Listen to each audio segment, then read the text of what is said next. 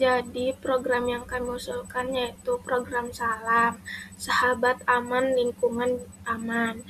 Program ini dirancang untuk menciptakan lingkungan sekolah yang aman, nyaman, dan juga terbebas dari perilaku perundungan. Program Salam itu sendiri memiliki 3 prinsip, yaitu pencegahan, pelaporan, dan juga rehabilitasi. Pencegahan dilakukan melalui edukasi dan juga sosialisasi. Pelaporan dilakukan dengan menyediakan sarana yang aman bagi korban dan juga saksi. Sedangkan rehabilitasi bertujuan untuk membantu pemulihan korban dan juga pelaku ya agar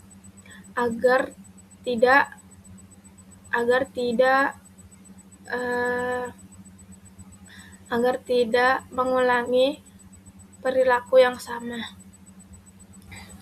Dalam pelaksanaan program Salam, terdapat beberapa komponen. Yang pertama yaitu tim Salam, yang bertujuan untuk mendeteksi dini potensi bullying di lingkungan sekolah, menjadi pendengar aktif bagi teman-teman yang bermasalah. Yang ketiga, melaporkan kasus bullying kepada guru BK melalui mekanisme yang aman atau non-judgmental. Yang terakhir yaitu menjadi role model perilaku positif di lingkungan sekolah. Komponen yang kedua yaitu KIAP, Kurikulum Islam Anti-Bullying. KIAP di sini merupakan modul pembelajaran tematik yang diintegrasikan ke dalam mata pelajaran pendidikan agama Islam dan proyek penguatan profil pelajar Pancasila atau P5. Terus komponen yang ketiga yaitu aplikasi Salam Digital Anti-Bullying App. Aplikasi berbasis web sederhana yang dapat diakses melalui smartphone yang memungkinkan siswa melaporkan kasus bullying secara anonim. Fitur-fitur yang terdapat pada aplikasi tersebut yang pertama itu formulir pelaporan anonim yang aman dan terenskripsi. Yang kedua, fitur curhat digital untuk siswa yang membutuhkan dukungan emosional. Yang ketiga, dashboard pemantauan untuk guru BK dan kepala sekolah. Yang keempat, konten edukatif singkat tentang anti-bullying. Dan yang terakhir, fitur apresiasi untuk siswa yang aktif berkontribusi positif.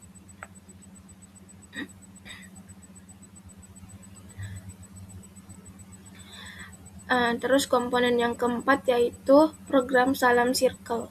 Salam Circle adalah sesi mediasi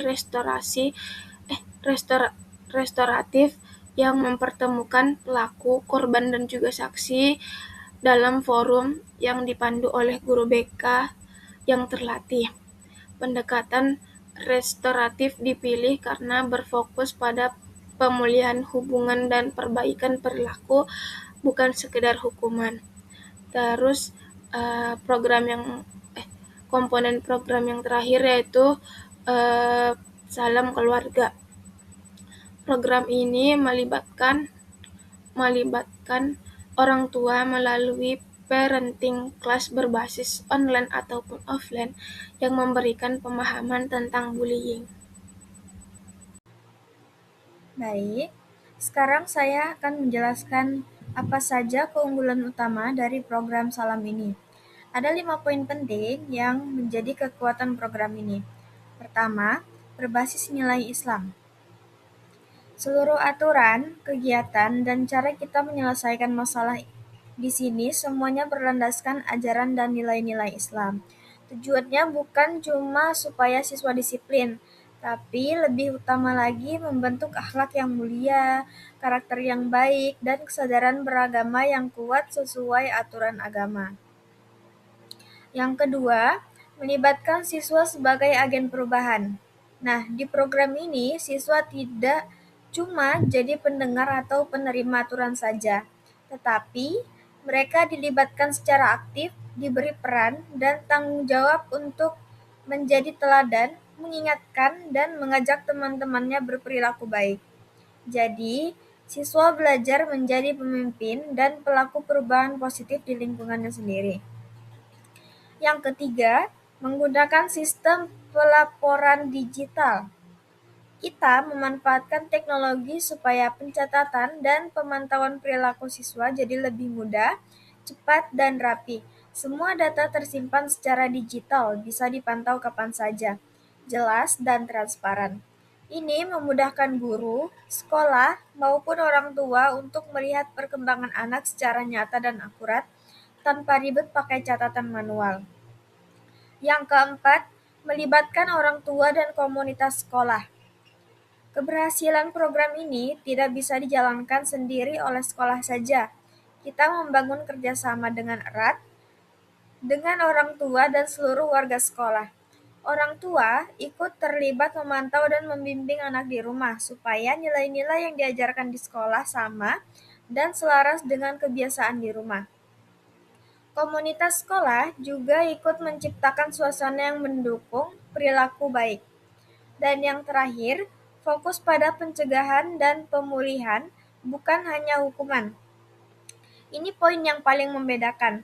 Pendekatan ini utamanya adalah mencegah masalah terjadi lebih dulu lewat pembinaan dan edukasi.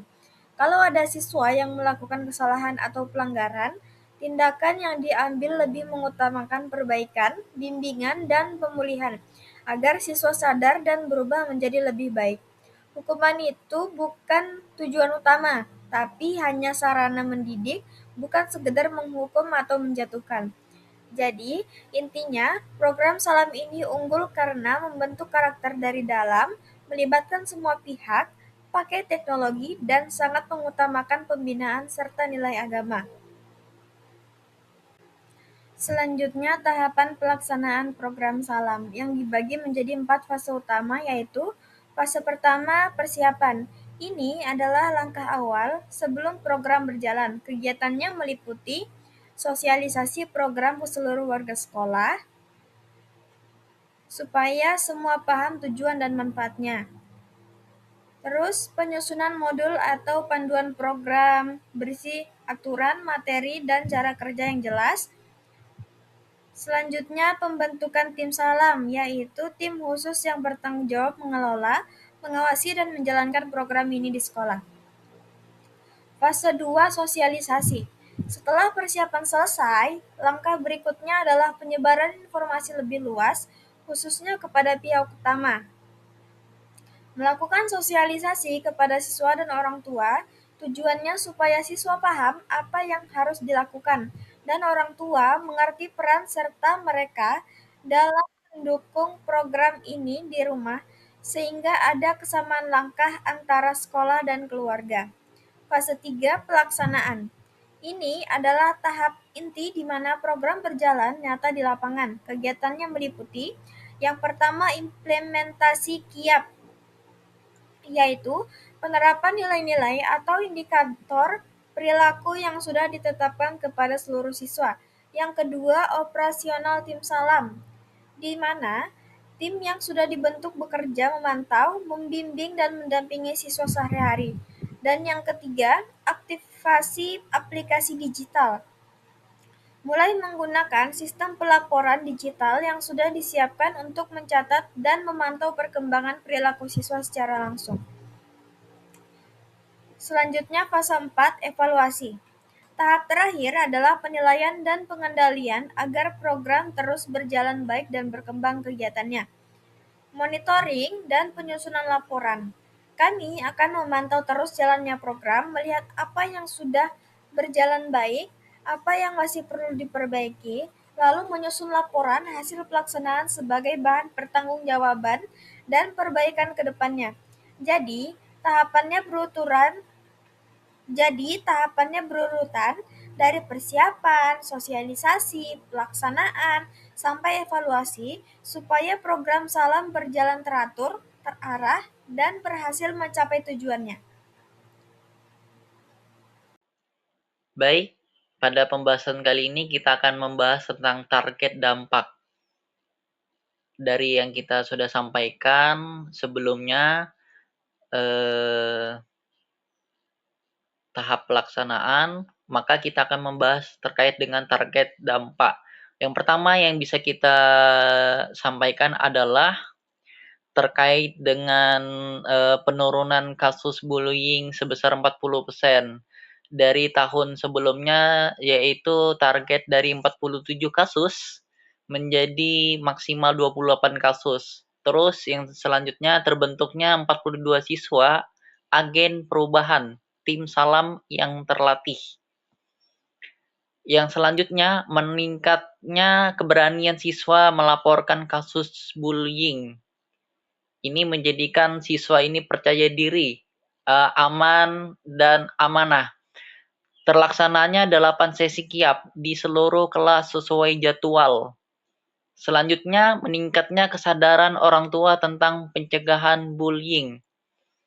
Yang kedua, ada prediksi dampak jangka menengah 2-3 tahun. Kalau yang sebelumnya prediksi jangka pendek yaitu 1 tahun, maka ini ada terkait dengan A, yaitu perubahan budaya sekolah ke arah lingkungan yang lebih baik, aman, inklusif, dan saling menghargai.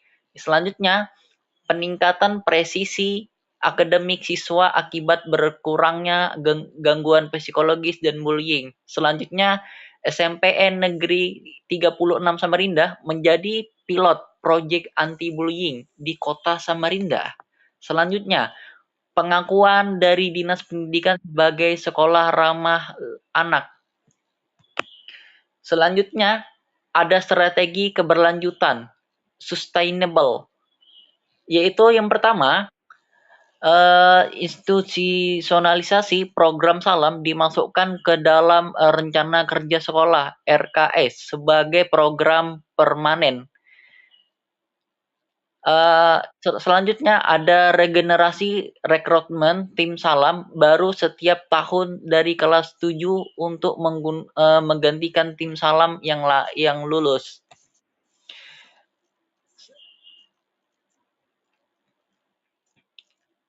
Terus ada strategi keberlanjutan sustainable, yaitu dalam hal ini institusionalisasi program salam dimasukkan ke dalam rencana kerja sekolah atau RKS sebagai program permanen. Selanjutnya sebagai regenerasi rekrutmen tim salam baru setiap tahun dari kelas 7 untuk menggantikan tim salam yang lulus. Selanjutnya dokumentasi seluruh prosedur baik itu modul dan best practice didokumentasikan dalam SOP yang dapat diakses oleh pengelola sekolah generasi berikutnya. Selanjutnya, replikasi modul dan aplikasi salam dapat dibagikan kepada sekolah lain di kota Samarinda. Selanjutnya, kolaborasi. Kolaborasi ini adalah bagaimana membangun jaringan dengan puskesmas setempat, PAI, dan lembaga psikologis untuk penguatan layanan konseling. Seperti itu.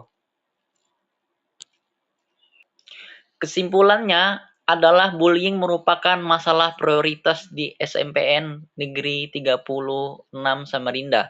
Program Salam hadir sebagai inovasi, pembaharuan, berbasis nilai Islam, mengintegrasikan pendidikan karakter yang kuat secara akhlakul karimah, dukungan sebaya, baik lingkungan, masyarakat, orang tua, guru, siswa, serta sarana dan prasarana, dan sebagai digital dan teknologi digital. Adanya dukungan dari hal itu berpotensi menciptakan sekolah yang aman, nyaman, dan bebas dari bullying tersebut. Kesimpulan yang dapat disampaikan, kami akhirul kalam. Wallahumma fi ila aqwami thoriq. Wassalamualaikum warahmatullahi wabarakatuh.